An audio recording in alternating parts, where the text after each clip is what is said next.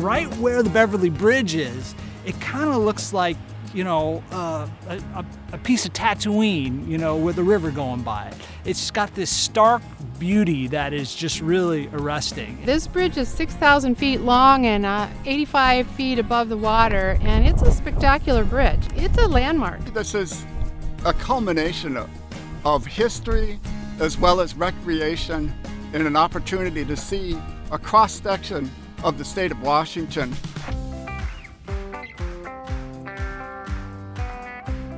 The Beverly Bridge is part of the Milwaukee Road corridor, which is an amazing right-of-way that runs, you know, most of the way across the country. It was something that was abandoned, and in Washington State, political leaders had the foresight to grab up that right-of-way, and so it wasn't lost for the ages. I remember this Milwaukee Road railroad as a viable transcontinental railroad. As a matter of fact, when I was 5 years old, I rode with my parents from Milwaukee to Seattle on the Olympian Hiawatha passenger train. And I actually rode across this bridge. Currently, there is about a 130-mile gap between non-motorized crossings of this river in the state.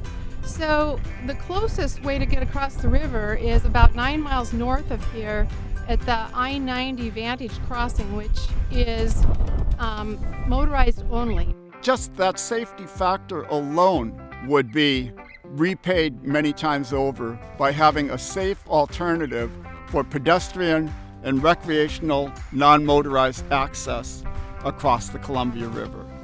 For me, these trails represent both a significant historical context as well as a recreational opportunity.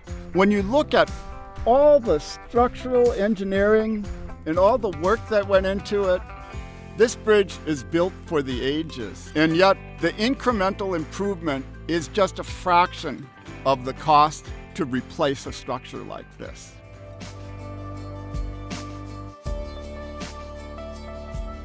The thing I love about bike and pedestrian trails is you can't separate the transportation and the recreation uses, right? So long distance trails are primarily recreation, but they connect to things once they get to urban areas that are also transportation. That dual use to me is really awesome and unique, and it deserves the kind of funding and planning that we put into our road system. Most of Washington's population base is on the west side of the mountains, and by connecting this bridge, we're going to get a flow of economic growth along the trail into eastern Washington, just as the Milwaukee Road brought economy to those communities along the trail in the past. And it could be a very good opportunity for communities along this trail, and also bringing in a better understanding of what these communities are all about. Like a lot of states, we have a little bit of an urban-rural divide. The bridge is right smack dab in the center. And I think it offers the promise of bringing folks from the urban areas to see our agricultural heritage, to see our railroad heritage, to see our tribal heritage.